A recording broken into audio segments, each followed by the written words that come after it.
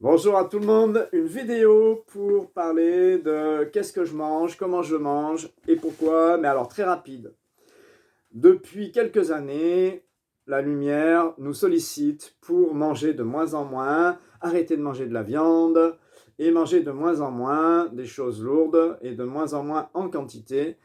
Elle nous demande de nous connecter à elle, c'est ce que nous appelons la méditation. En fait, c'est une histoire de connexion à la conscience supérieure, au supramental, à la lumière, à l'amour, à la source originelle, à l'essence vivante, qui est vraiment la grande consolatrice et l'unique présence, l'unique être qui a tout créé.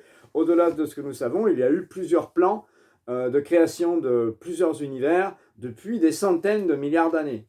Alors évidemment, vu dans l'esprit où on est, des milliards d'années, déjà, ça paraît, c'est comme ceux qui ont des milliards sur leur compte en banque, on n'arrive pas à se rendre compte de ce que c'est, quoi.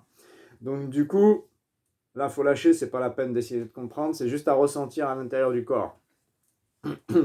Puisque le corps est vivant et qu'il n'y a que en ressentant le vivant que nous pouvons comprendre ce qui se passe. Le mental, dans toute cette histoire-là, ne peut nous aider qu'à faire quelques calculs, mais pas beaucoup plus de choses que ça.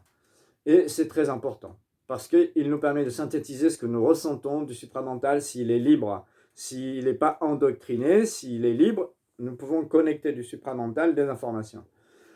Les informations reçues donc depuis quelques années, c'est arrêtez de manger la matière, alimentez-vous autrement, mangez la lumière, mangez le prana, comme nous disent les hindous, c'est manger la lumière, c'est-à-dire qu'il y a des particules de lumière qui sont tout à fait assimilables par notre corps, qui a des fonctions beaucoup plus subtiles que celles que la médecine conventionnelle reconnaît.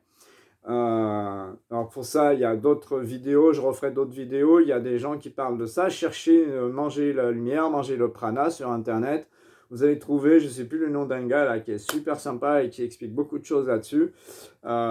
Si je le retrouve, je mettrai le lien en dessous dans la vidéo. Ouais, je vais faire ça, je vais le chercher. Et je mettrai un lien d'une de ces vidéos en dessous de la vidéo. Parce que c'est très intéressant d'apprendre, de comprendre qu'est-ce qui se passe. En fait, la matière, nous n'en avons pas besoin, nous sommes emprisonnés dans des rôles qui n'ont ni plus ni queue ni tête aujourd'hui. Et pour être vraiment qui nous sommes et être libres totalement, il nous faut arrêter de manger la matière, mais manger la lumière. Donc voilà, ça peut paraître du chinois pour certains, j'en conviens totalement. Il n'empêche que nous avons à l'intérieur de nous tous les systèmes subtils et énergétiques et lumineux nécessaires dans nos différents corps, que ce soit le corps physique, le corps d'énergie vitale, le corps émotionnel, le corps mental, le corps causal, le corps bouddhique, le corps atmique, le corps monadique, le corps de gloire, etc., etc., etc. Il y a vraiment beaucoup de matière à apprendre l'esprit. L'esprit est vraiment une composante essentielle de qui nous sommes. Et je vous promets que si vous acceptez d'être un esprit qui s'incarne, vous allez faire plusieurs sauts quantiques d'un coup. Je vous embrasse très fort, je vous souhaite une très bonne journée, à très bientôt, bon courage pour tout, la nourriture, n'en restez pas dépendant, parce que par les temps qui courent, ça risque de ne pas se trouver de partout, et ça risque d'être compliqué si votre mental il bloque là-dessus. Alors apprenez à manger la lumière. Bisous à tout le monde.